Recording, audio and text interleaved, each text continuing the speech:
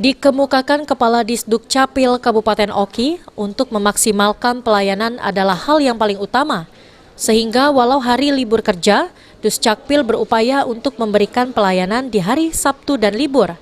Pelayanan di hari libur ini untuk masyarakat yang sibuk di hari kerja dan sudah biasa datang langsung ke kantor Dukcapil.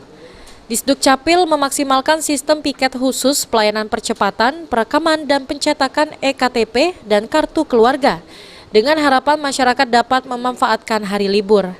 Layanan di hari libur akan dilaksanakan dengan semaksimal mungkin, bahkan Dukcapil mengusahakan percetakan dokumen seperti EKTP dan KK hanya dalam 1 hari.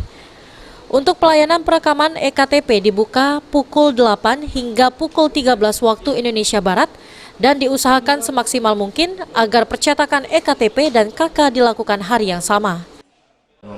Ya, kita tetap bekerja di hari libur, tapi dalam artian tidak secara full tentunya dalam tugas-tugas piket. Kita tetap melakukan pelayanan, terutama di hari Sabtu. Hari Sabtu ini ya masyarakat sudah terbiasa seperti hari biasa. Ahmad Romawi, PAL TV.